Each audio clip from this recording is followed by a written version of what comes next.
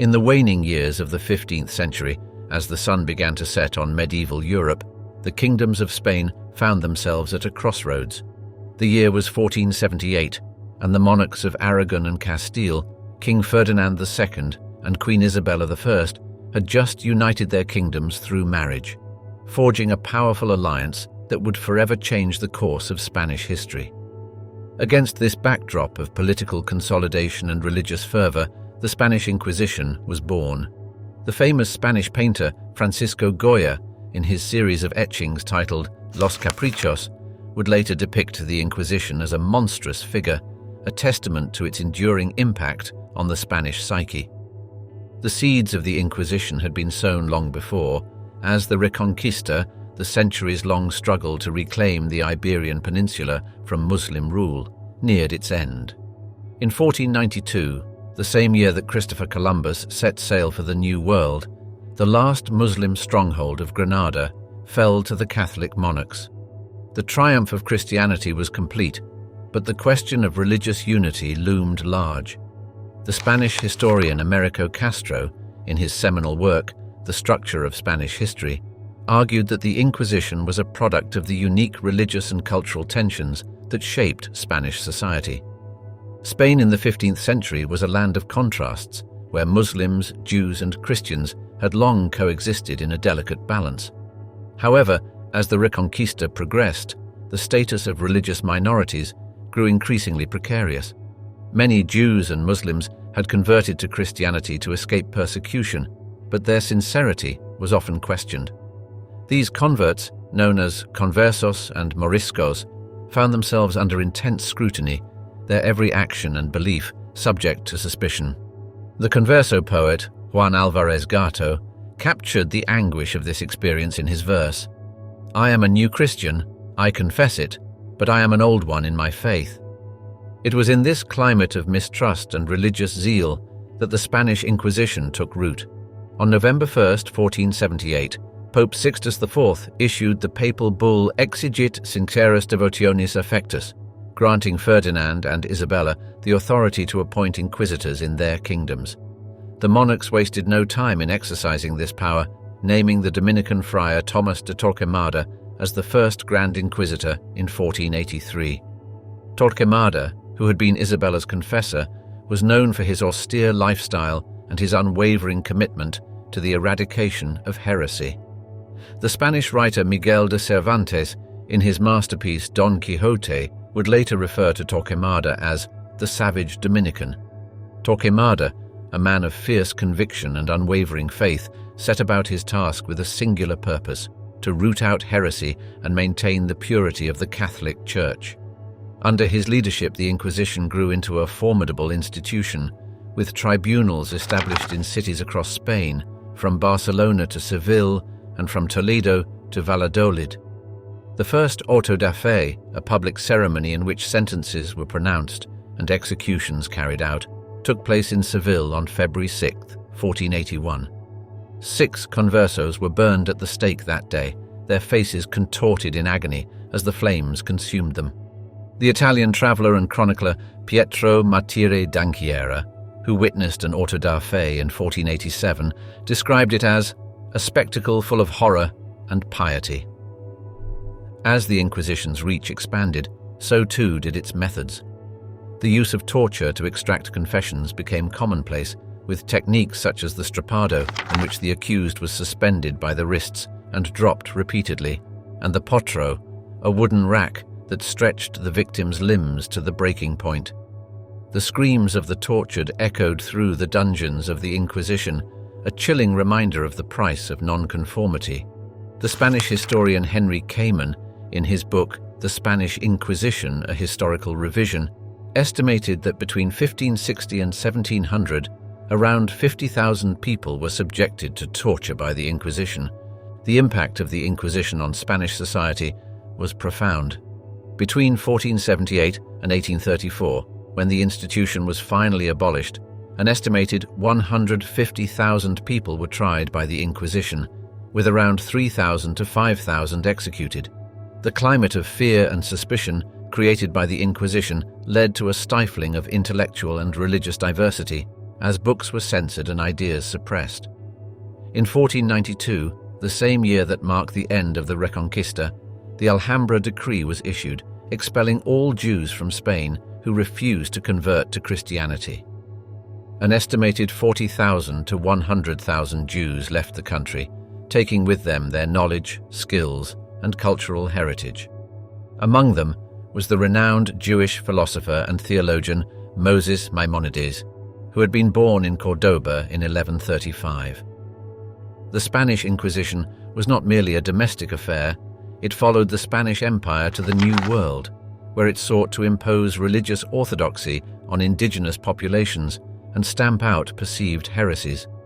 In 1569, the Inquisition was established in Lima, Peru, and later in Mexico City, Cartagena, and other colonial centers. The Inquisition's activities in the Americas were often intertwined with the brutal subjugation of native peoples, as exemplified by the trial and execution of the Inca nobleman Tupac Amaru II in 1781. As the Spanish poet Antonio Machado wrote in his poem, The Crimes of the Inquisition, "In the name of God, how many crimes have been committed?" In the crosshairs of the Inquisition, the tragic fates of Spain's religious minorities. As the Spanish Inquisition cast its ominous shadow across the Iberian Peninsula, no group was safe from its relentless pursuit of religious uniformity. From the converted Jews, conversos, and Muslims, moriscos, to Protestants and those accused of heresy, witchcraft, or other offenses against the Catholic Church, the Inquisition's targets were as varied as they were numerous. The lives of these individuals, caught in the crosshairs of a merciless institution, were forever altered by the Inquisition's unyielding grip. As the Spanish writer Miguel de Cervantes, himself a survivor of the Battle of Lepanto against the Ottoman Empire, wrote in his magnum opus, Don Quixote, "The Inquisition is a knife that cuts both ways, and it is as likely to strike the innocent as the guilty." The conversos, Jews who had converted to Christianity, often under duress, found themselves in a precarious position. Despite their outward adherence to the Catholic faith, many conversos secretly continued to practice Judaism, a crime punishable by the Inquisition. The case of the converso Luis de Carvajal, born in 1537 in the town of Benavente, exemplifies the tragic fate of many conversos. Carvajal, who had fled to Mexico to escape persecution, was eventually arrested by the Inquisition and brought back to Spain. After enduring torture and imprisonment, he was finally burned at the stake in 1596, along with his mother and 3 sisters, in an auto da fe in Mexico City. The Moriscos, Muslims who had converted to Christianity, faced a similar plight. Like the conversos, many Moriscos continued to practice their ancestral faith in secret, risking the wrath of the Inquisition. In 1568, a group of Moriscos in the Alpujarras region of southern Spain, led by a charismatic leader named Aben Humea, staged a rebellion against the Inquisition and the Spanish crown. The uprising, known as the Morisco Revolt, lasted for 3 years and resulted in the deaths of thousands of Moriscos and Spanish soldiers.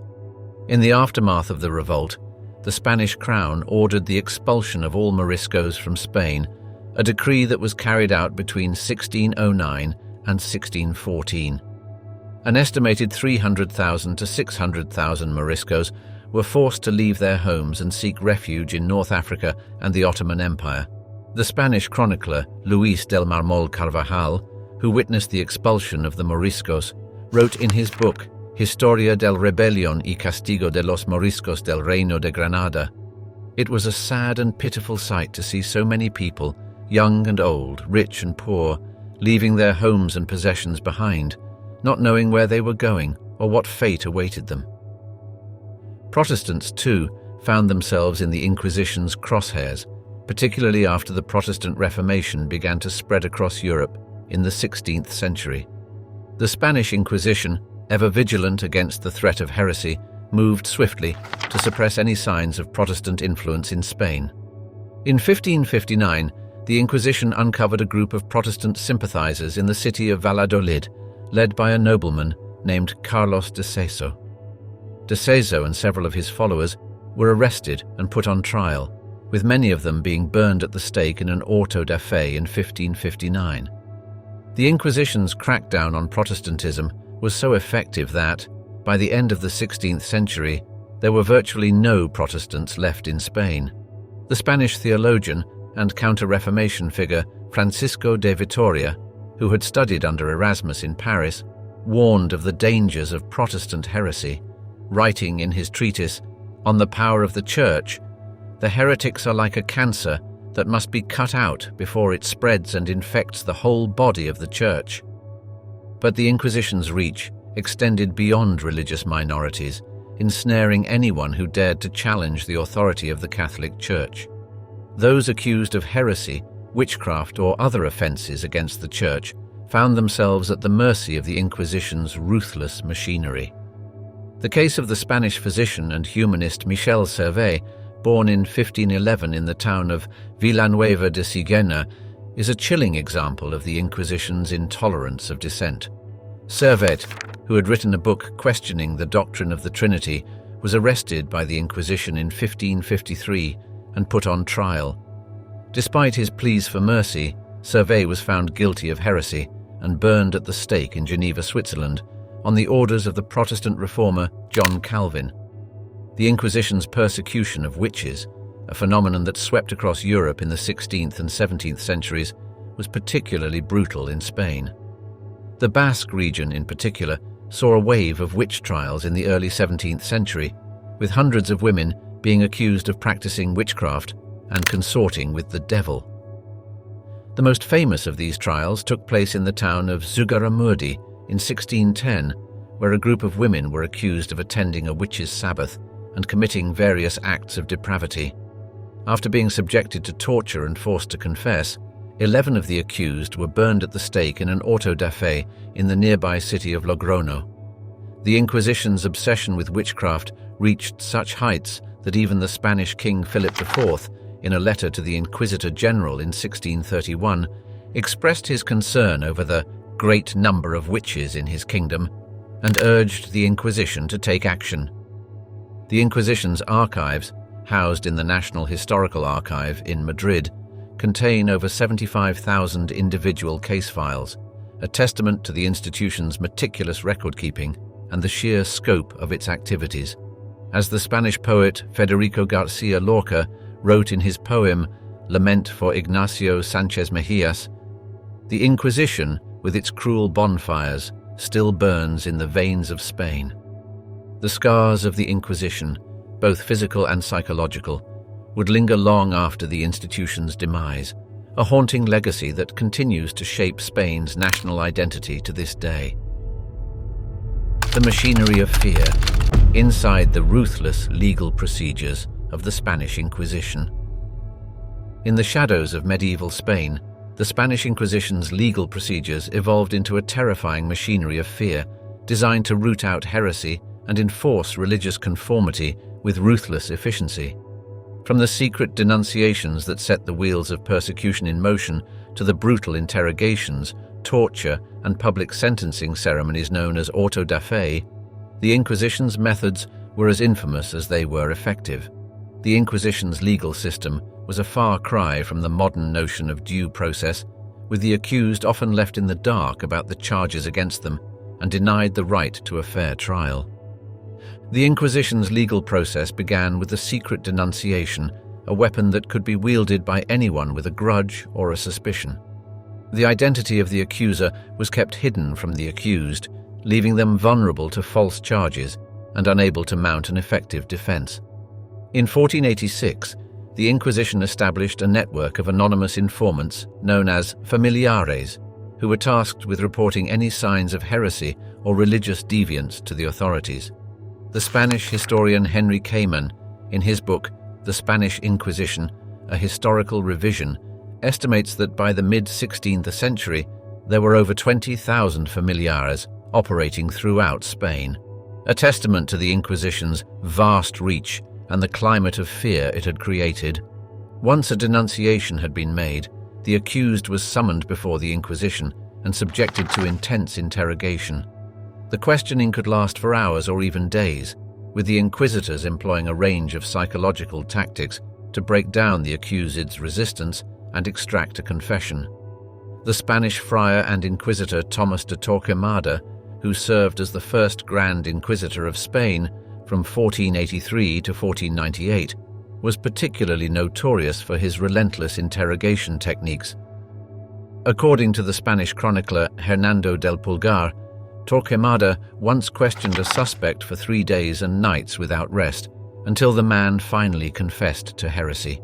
Another infamous inquisitor was the Dominican friar Diego Rodriguez Lucero, who gained a reputation for his cruelty and sadism during his tenure as the Inquisitor of Cordoba from 1499 to 1506. Lucero was known to use a variety of torture devices to extract confessions, including a spiked chair known as the seat of judgment, and a device called the tramper that crushed the victim's fingers.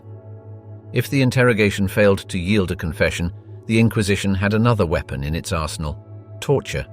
The use of torture was officially sanctioned by the Church in 1252, and the Spanish Inquisition embraced it with enthusiasm. The methods of torture employed by the Inquisition were varied and sadistic, ranging from the rack and the strapado, a device that suspended the victim by the wrists and dropped them repeatedly, to the water cure, forcing water down the victim's throat, and the toca, a cloth placed over the victim's face and mouth, causing them to feel like they were drowning. The Spanish writer Miguel de Cervantes, who had himself been imprisoned by the Inquisition in Seville in 1597, wrote in his novel Don Quixote of the sound of the lash and the cries of the tortured that filled the Inquisition's chambers. One of the most famous cases of torture involved the Spanish humanist and theologian Juan de Valdez, who was arrested by the Inquisition in Naples in 1531 on charges of heresy. Valdez was subjected to repeated sessions of torture, including the strapado and the rack, before finally confessing to the charges against him. He died in prison in 1541, broken in body and spirit. The ultimate expression of the Inquisition's power and terror was the auto da fe, a public ceremony in which the sentences of the condemned were read out and the punishments carried out. The first auto da fe took place in Seville on February 6, 1481, and over the next 3 centuries, thousands more would follow. The ceremonies were elaborate affairs, with processions, sermons, and staged confessions, all designed to strike fear into the hearts of the populace and demonstrate the Inquisition's absolute authority. The condemned, dressed in penitential garb and wearing conical hats known as carrozas, were paraded through the streets before being brought before the tribunal to hear their fate. Those who had confessed and repented might be spared the stake and sentenced to lesser punishments, such as imprisonment, galley service, or exile. But for the unrepentant and the relapsed, the sentence was death by burning. One of the most notorious auto da fes took place in Valladolid on May 21, 1559, where 14 Protestants were burned at the stake, including the theologian Agustín Cazalla and the nobleman Carlos de Seso. The event was attended by the Spanish King Philip II and his court, who watched the proceedings from a specially constructed balcony. The auto da fe was immortalized in a series of engravings by the Dutch artist Frans Hogenberg, which captured the grim spectacle of the burnings and the crowds of onlookers. The chambers of agony, inside the Spanish Inquisition's torture apparatus. In the darkened chambers of the Spanish Inquisition, where the air was thick with the stench of fear and suffering, the tools of torment and extraction were always close at hand. From the rack to the strapado, the water torture to the garrucha, the Inquisition's arsenal of cruelty was as varied as it was horrifying, each device carefully crafted to break the body and spirit of those unfortunate enough to fall into the hands of the Holy Office. The very names of these devices, the head crusher, the pear of anguish, the Spanish tickler, were enough to strike terror into the hearts of the accused, a grim reminder of the fate that awaited those who dared to defy the Church's authority. The use of torture as a means of extracting confessions and punishing heresy was a hallmark of the Inquisition from its earliest days. As early as 1252, Pope Innocent IV had authorized the use of torture in inquisitorial proceedings, and by the time the Spanish Inquisition was established in 1478, the practice had become a cornerstone of the institution's modus operandi. The Inquisition's torture chambers were a realm apart, a hellish domain where the normal rules of law and morality held no sway, and where the only imperative was to extract the truth by any means necessary. Perhaps the most iconic of the Inquisition's torture devices was the rack, a fiendishly simple contraption that consisted of little more than a wooden frame, a series of pulleys, and a crank. The victim would be stretched out on the frame, their wrists and ankles bound with cords, and then the crank would be turned, slowly and inexorably, until the limbs were pulled from their sockets and the muscles and ligaments were torn asunder. The agony of the rack was such that even the strongest and most defiant of prisoners would often break under its ministrations, confessing to crimes they had never committed simply to make the pain stop. One such victim was the English Jesuit priest John Gerard, who was subjected to the rack for hours on end during his imprisonment in the Tower of London in 1594. Despite the unimaginable agony he endured, Gerard refused to break and was eventually able to escape from the tower and flee to the continent. Another favored tool of the Inquisition's torturers was the strappado, a device that relied on the simple principle of gravity to inflict unimaginable suffering. The victim's hands would be bound behind their back and then hoisted into the air by a rope attached to a pulley on the ceiling. The inquisitors would then let the rope go slack, sending the prisoner plummeting towards the ground, only to jerk them to a sudden stop just before impact. The sudden jolt would wrench the arms from their sockets, leaving the victim hanging in agony, their own body weight working against them as they dangled helplessly in mid-air. The strappado was a particularly cruel torture, as it left no visible marks on the victim's body, allowing the inquisitors to inflict pain without leaving any incriminating evidence. The water torture, too, was a staple of the Inquisition's arsenal, a deceptively simple but fiendishly effective means of breaking even the most recalcitrant of prisoners. The victim would be disrobed and bound to a wooden bench, their face covered with a thick cloth. A steady stream of water would then be poured over the cloth, filling the mouth and nostrils and creating a terrifying sensation of drowning. As the minutes ticked by and the water continued to flow, the panic would mount until at last the prisoner would break, confessing to whatever crimes their tormentors demanded of them. The water torture was used to devastating effect during the Inquisition's campaign against the Cathars in the south of France in the 13th century, where it was used to extract confessions from suspected heretics. The garrucha, or pulley torture, was another favorite of the Inquisition's interrogators. The victim's hands would be bound behind their back and then hoisted into the air by a rope thrown over a beam or pulley. Weights would then be attached to the victim's feet, stretching the body until the shoulders were dislocated and the muscles were torn.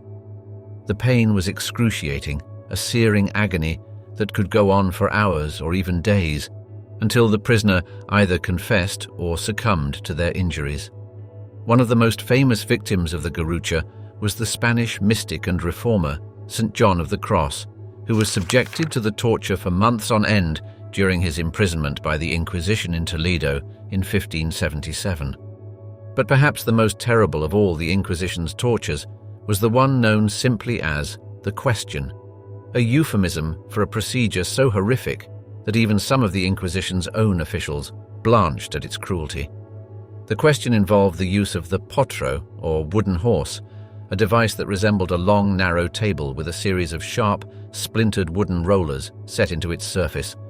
The victim would be stretched out unclothed on the potro, their wrists and ankles bound to the table's corners, and then the rollers would be turned, slowly and inexorably, grinding against the prisoner's flesh and bones until the skin was flayed and the muscles were pulverized. The agony of the question was beyond imagining, a horror that could go on for days or even weeks until the prisoner either confessed or expired from their wounds. Those who survived the ordeal often emerged broken in body and spirit, their flesh scarred and their minds shattered by the unimaginable torment they had endured. As one victim of the question, a young woman named Maria de la Concepcion testified in 1634, "I was disrobed and stretched out on the potro, and there they began to turn the rollers, slowly at first, and then faster and faster, until I thought my very bones would be ground to dust. I screamed until my throat was raw, and still they did not stop, not until I had confessed to all the crimes they accused me of, crimes I had never committed, but which I would have sworn to 1,000 times over, if only to make the pain stop. In the grip of the Holy Office, the tragic fates of the Spanish Inquisition's most famous victims.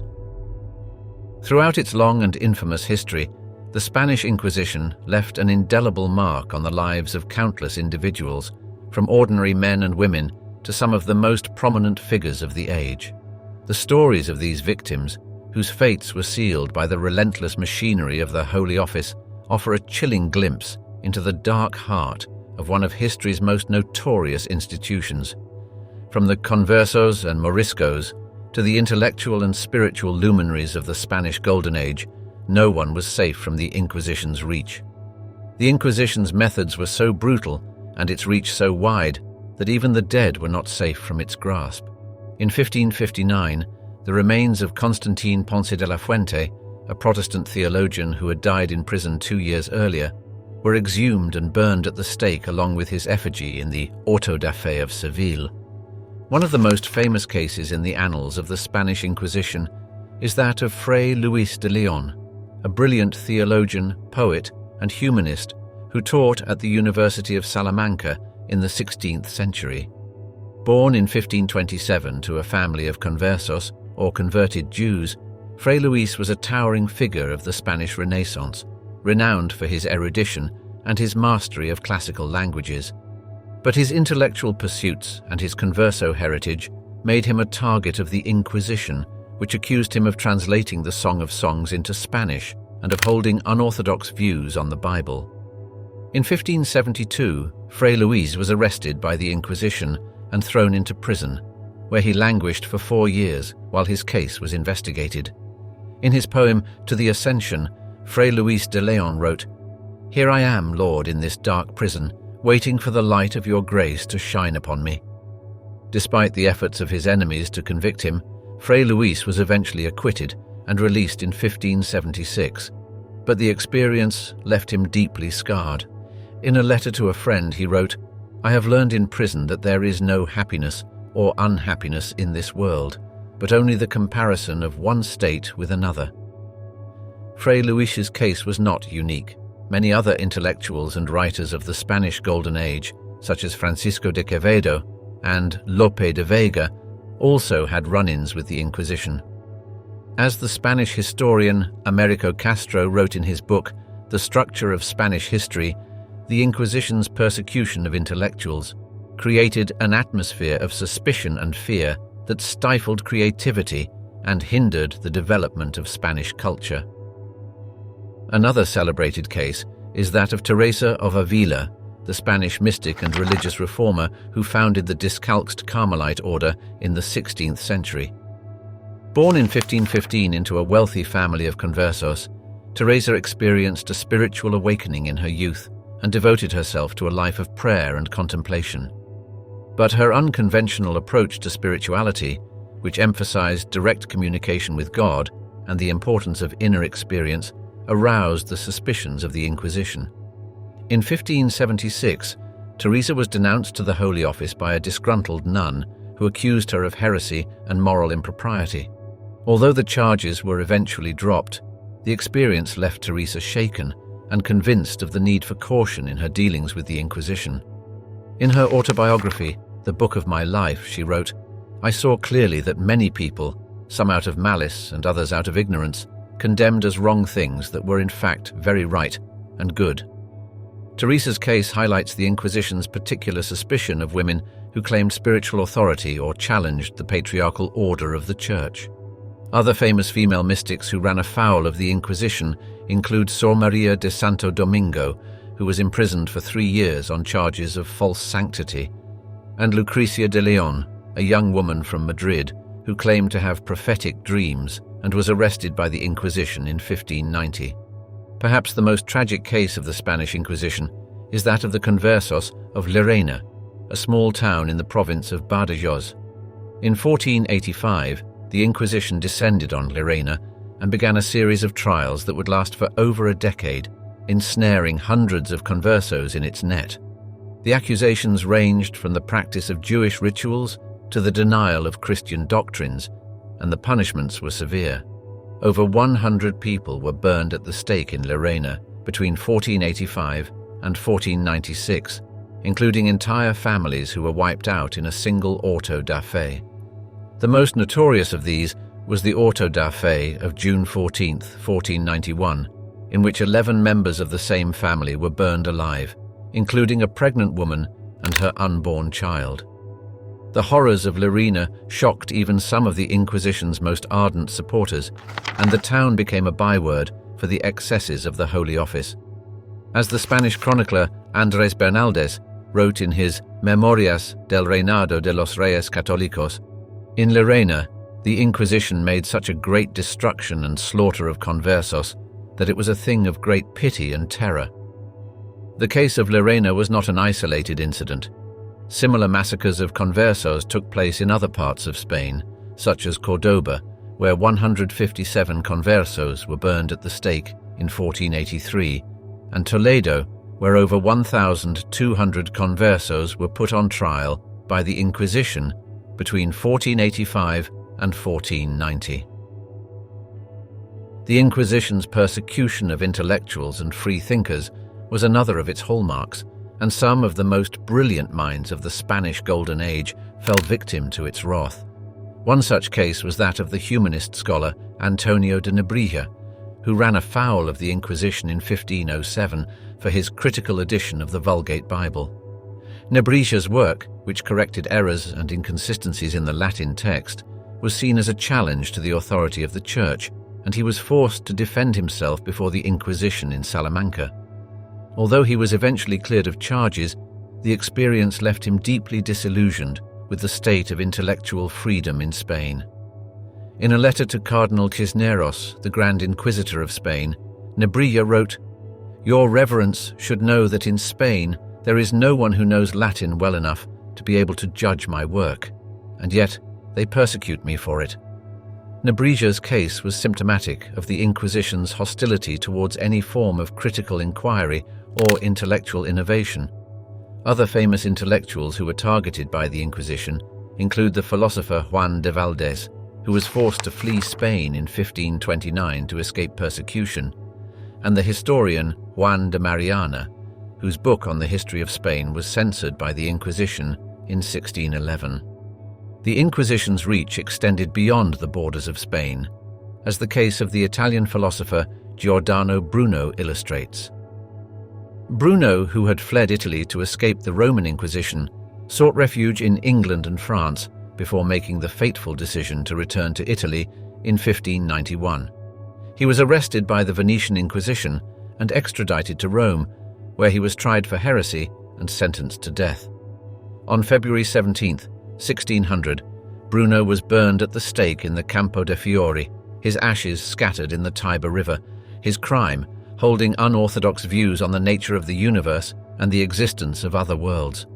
As Bruno himself wrote in his Dell'infinito, Universo e Mondi, "There are countless suns and countless earths all rotating around their suns in exactly the same way as the 7 planets of our system. We see only the suns because they are the largest bodies and are luminous, but their planets remain invisible to us because they are smaller and non-luminous." Bruno's execution sent shockwaves throughout Europe and became a symbol of the Inquisition's intolerance and cruelty. The long shadow of the Inquisition, how the Holy Office stifled Spain's intellectual soul. In the shadows of the Spanish Inquisition, a culture of fear and conformity took root, stifling the intellectual and creative life of a nation. From the censorship of books to the persecution of free thinkers, the Holy Office cast a long and oppressive shadow over Spanish society, leaving an indelible mark that would last for centuries. The Inquisition's influence was so pervasive that even the language itself was affected, as words like heresy, purity, and faith took on new and sinister meanings. The Spanish playwright Lope de Vega, who himself had run-ins with the Inquisition, wrote in his play El Caballero de Olmedo that, In Spain, the Inquisition is our grammar. The Inquisition's assault on intellectual freedom began in earnest in 1502, when the Catholic monarchs Ferdinand and Isabella issued a decree prohibiting the importation of foreign books into Spain without the permission of the Holy Office.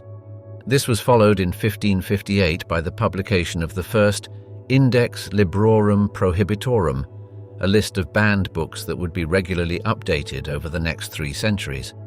The index included works by some of the most celebrated writers and thinkers of the age, from Erasmus and Voltaire to Galileo and Descartes. In the words of the Spanish historian José Antonio Escudero, the index was a formidable instrument of censorship that sought to control not only what Spaniards read, but also what they thought.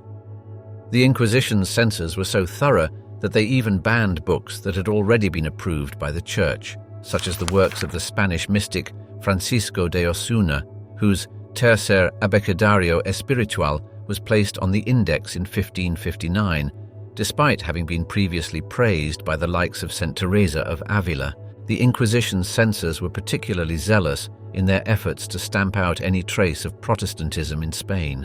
In 1559, the Inquisition conducted a series of raids on bookstores and libraries across the country, confiscating and burning thousands of suspect books.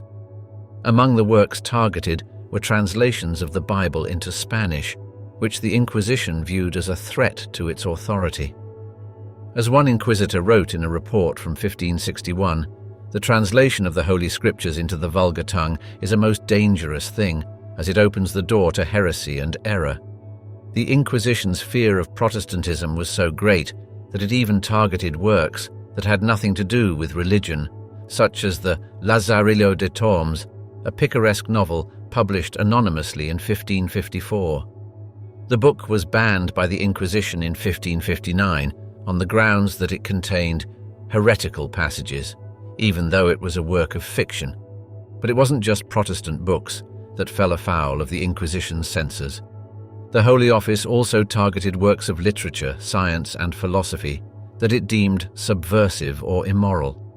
In 1624, the Inquisition banned the publication of La Celestina, a classic work of Spanish literature, on the grounds that it contained obscene and scandalous passages.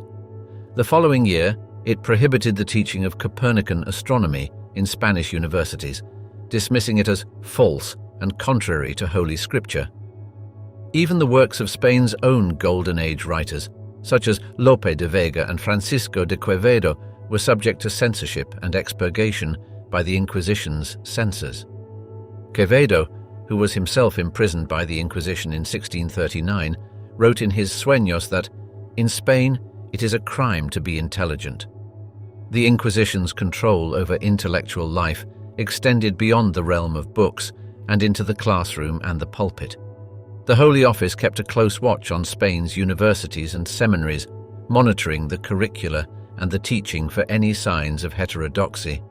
Professors and students alike were required to swear an oath of allegiance to the Catholic faith and to report any suspicious behavior to the Inquisition. Those who refused to comply faced imprisonment, torture, or even death. In 1559, the Inquisition arrested Bartolomé de Carranza, the Archbishop of Toledo and one of the most prominent theologians in Spain, on charges of heresy. Despite his protestations of innocence, Carranza was imprisoned for 17 years and died in Rome in 1576, still waiting for his case to be resolved. His case became a cause célèbre across Europe, with figures like the Dutch humanist Desiderius Erasmus and the Spanish mystic Luis de Leon speaking out in his defense. The Inquisition's censorship and control had a profound and lasting impact on Spanish culture and society. By stifling intellectual inquiry and enforcing rigid conformity, the Holy Office helped to create a climate of fear and suspicion that would persist for generations. As the Spanish philosopher José Ortega y Gasset wrote in his Invertebrate Spain, the Inquisition left an indelible mark on the Spanish soul, a tendency towards intolerance, towards dogmatism, towards the rejection of the unfamiliar and the new. This tendency can be seen in the works of some of Spain's greatest writers, such as Miguel de Cervantes, whose Don Quixote is a subtle critique of the Inquisition's grip on Spanish society. In the words of the Cervantes scholar Manuel Duran, Don Quixote is a book born out of the ashes of the Inquisition, a book that reflects the spiritual crisis of a nation. The Inquisition's darkest chapter, terror and tyranny in the Spanish Americas. In the long and troubled history of the Spanish Inquisition, few chapters are as dark and disturbing as its expansion to the colonies of the New World. From the shores of the Caribbean to the highlands of the Andes, the Holy Office cast a long and terrifying shadow, leaving a legacy of fear, oppression, and destruction that would haunt the Americas for generations to come. The Inquisition's arrival in the New World marked a turning point in the history of the Americas, as the institution that had once been a tool of religious orthodoxy in Spain became a weapon of colonial domination and control. As the Spanish chronicler Bartolomé de las Casas wrote in his Brevísima Relación de la Destrucción de las Indias, the Inquisition's methods in the New World were so cruel and inhuman that they put to shame even the savagery of wild beasts. The first inquisitorial tribunal in the New World was established in Lima, Peru in 1570, followed by tribunals in Mexico City in 1571 and Cartagena in 1610. These tribunals were charged with enforcing religious orthodoxy and rooting out heresy among the colonial population, which included not only Spanish settlers, but also indigenous peoples, African slaves, and mixed-race individuals known as castas. The Inquisition's jurisdiction extended to all aspects of colonial life, from the regulation of moral behavior to the censorship of books and ideas. In 1571, the Inquisition in Mexico City issued an edict prohibiting the use of peyote, a sacred plant used in indigenous religious ceremonies, on the grounds that it was a thing of the devil. The edict was part of a broader campaign to eradicate indigenous religious practices and beliefs, which the Inquisition saw as a threat to the authority of the Catholic Church. One of the Inquisition's primary targets in the Americas was the indigenous population, whose traditional religious practices and beliefs were seen as a threat to Catholic orthodoxy. The Inquisition's campaign against indigenous idolatry was brutal and relentless, involving the destruction of sacred sites, the confiscation of religious objects, and the torture and execution of those who refused to convert to Christianity. In 1539, the Inquisition executed the Inca nobleman Atahualpa in Cajamarca, Peru, for the crime of idolatry, setting a precedent for the violent suppression of indigenous resistance that would characterize the Inquisition's rule in the Americas. The execution of Atahualpa was a shocking event that sent shockwaves throughout the Inca Empire and beyond. As the Spanish chronicler Pedro Cieza de León wrote in his Chronicle of Peru, the death of Atahualpa was a great sorrow and affliction to all the land, and the news of it spread throughout all the provinces. The Inquisition's methods in the New World were often even more brutal and sadistic than those employed in Spain. Torture was used routinely to extract confessions and gather evidence, with methods that included the rack, the strappado, and the water cure. The Inquisition's dungeons were notorious for their cruelty, with prisoners subjected to starvation, sleep deprivation, and other forms of physical and psychological mistreatment. One of the most infamous cases of inquisitorial brutality in the Americas was that of Maria de Barchena, a young woman from Veracruz, Mexico, who was accused of witchcraft in 1568. Despite her protestations of innocence, Barcena was subjected to horrific torture, including having her feet burned with hot irons and her body stretched on the rack until her limbs were dislocated. She eventually confessed to the charges against her and was sentenced to public humiliation and exile. The Inquisition's reign of terror in the Americas was not limited to the indigenous population. The Holy Office also targeted African slaves who were seen as potential carriers of heretical beliefs and practices from their homelands. In 1571, the Inquisition in Cartagena, Colombia, burned at the stake a group of African slaves who had been accused of practicing witchcraft and devil worship. The trial and execution of the slaves, known as the Cartagena witches, sent shockwaves throughout the colony and served as a warning to other Africans of the dangers of resisting the Inquisition's authority. The case of the Cartagena witches was one of the earliest and most notorious examples of the Inquisition's persecution of Africans in the Americas. As the Spanish historian Maria Cristina Navarrete has written, the Cartagena witches case was a turning point in the history of the Inquisition in the Americas, as it marked the beginning of a new phase of repression and control over the African population. In 1571, the Inquisition in Peru banned the works of the Dominican friar Bartolomé de las Casas, who had been a vocal critic of the Spanish conquest and the mistreatment of indigenous peoples. Las Casas' writings, which included his famous A Short Account of the Destruction of the Indies, were deemed heretical and subversive by the Inquisition, and anyone caught possessing them faced severe punishment. Despite its fearsome reputation, the Inquisition in the Americas faced significant challenges and limitations. The vast distances and rugged terrain of the New World made it difficult for the Holy Office to extend its reach into remote areas, and many indigenous communities were able to resist or evade its authority. The Inquisition was also hampered by a lack of resources and personnel, as well as by the competing interests of colonial officials and the Catholic Church. In some cases, local authorities and clergy actively resisted the Inquisition's efforts to impose its will on colonial society. In 1589, for example, the Bishop of Yucatan, Diego de Landa, clashed with the Inquisition over its treatment of the Maya people, whom he had been trying to convert to Christianity through more peaceful means. Landa's efforts to protect the Maya from the Inquisition's brutality ultimately led to his own arrest and imprisonment by the Holy Office.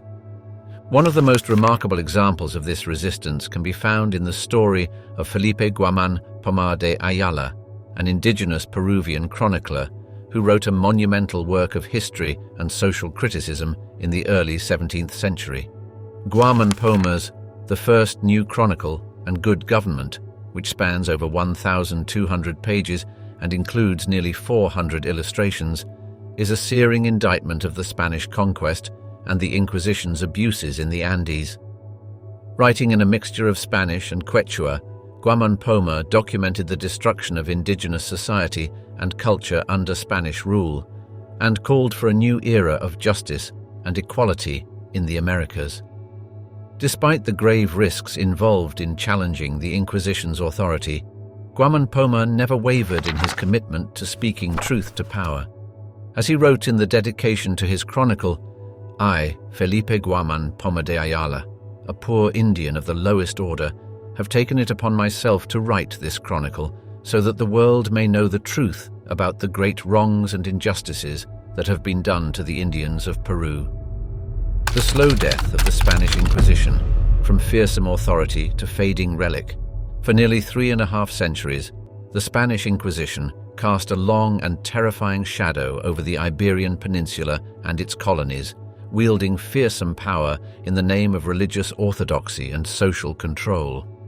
But by the dawn of the 18th century, the once mighty institution was beginning to show signs of weakness and decline, as the forces of modernity and enlightenment chipped away at its foundations.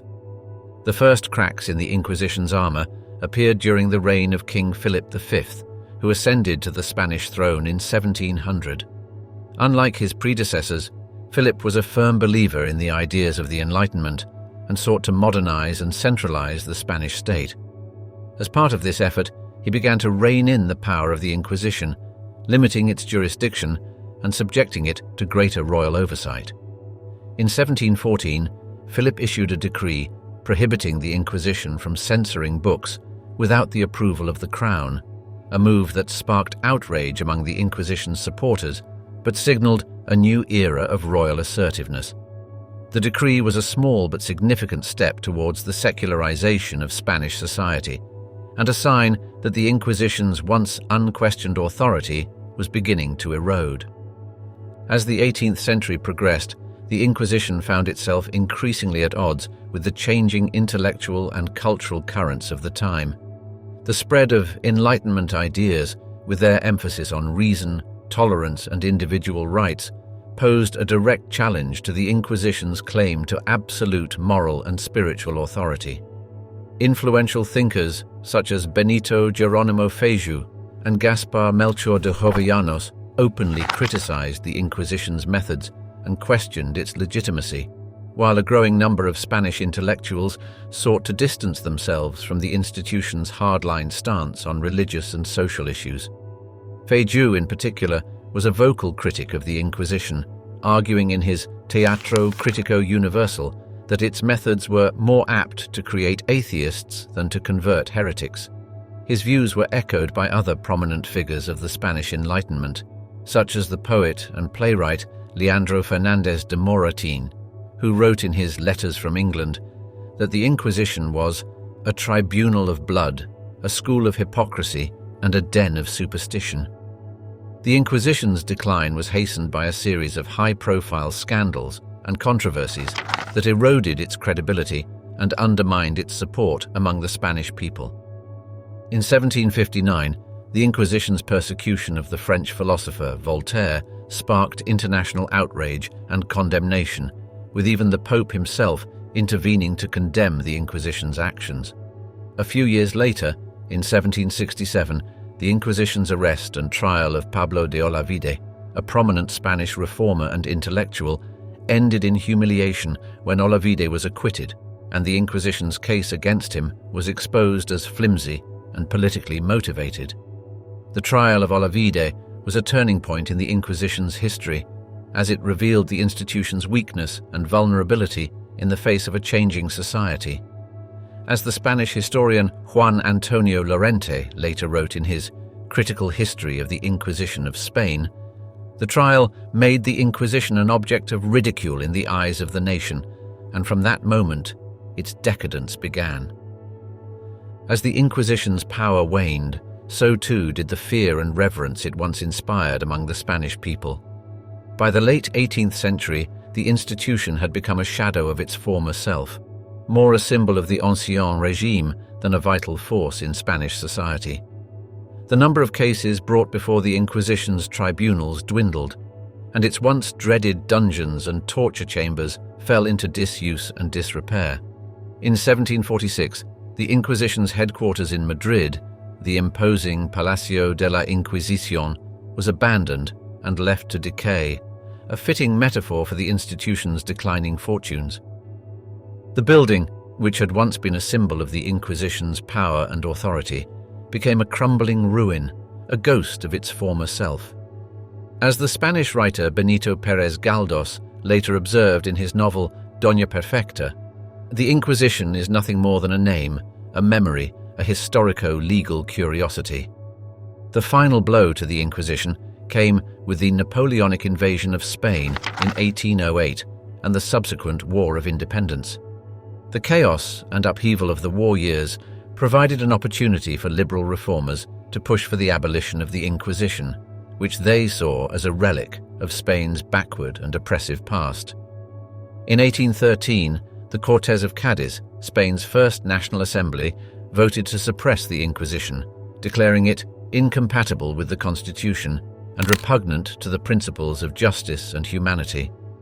The vote was a momentous one, marking the first time in Spanish history that the Inquisition had been formally abolished by a legislative body.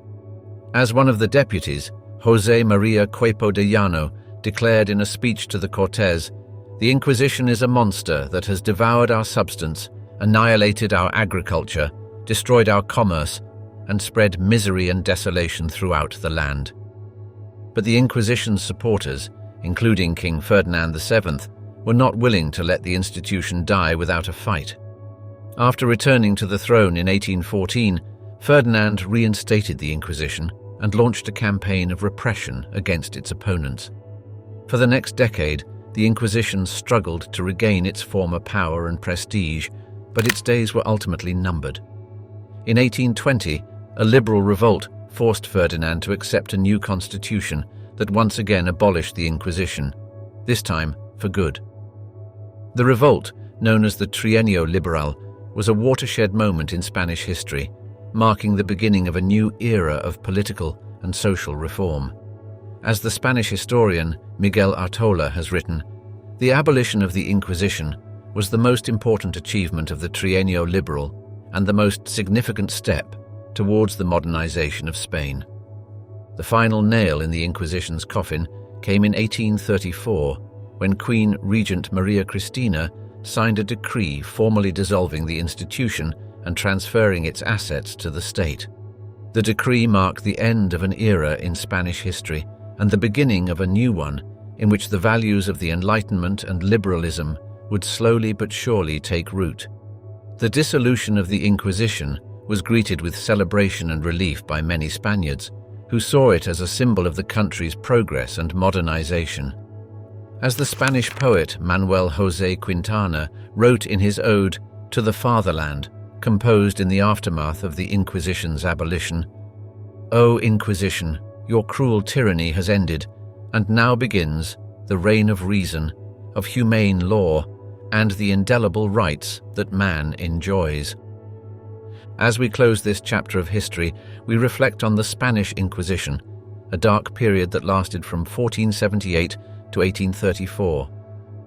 During this time, countless individuals faced persecution, torture, and death at the hands of notorious inquisitors like Tomás de Torquemada. It is said that even the mighty Queen Isabella I of Castile trembled at the mere mention of the Inquisition's power. As the Spanish philosopher Miguel de Unamuno once said, "A lot of good arguments are spoiled by some fool who knows what he is talking about." The Inquisition's misguided sense of righteousness led to unspeakable atrocities committed in the name of faith. As we bid farewell to this haunting tale, let us take a moment to honor the resilience of the human spirit in the face of adversity. For even in the darkest of times, hope and courage find a way to shine through. Thank you for joining us on this journey through the annals of the Spanish Inquisition. Until next time, keep exploring, keep learning, and keep the lessons of history close to your heart.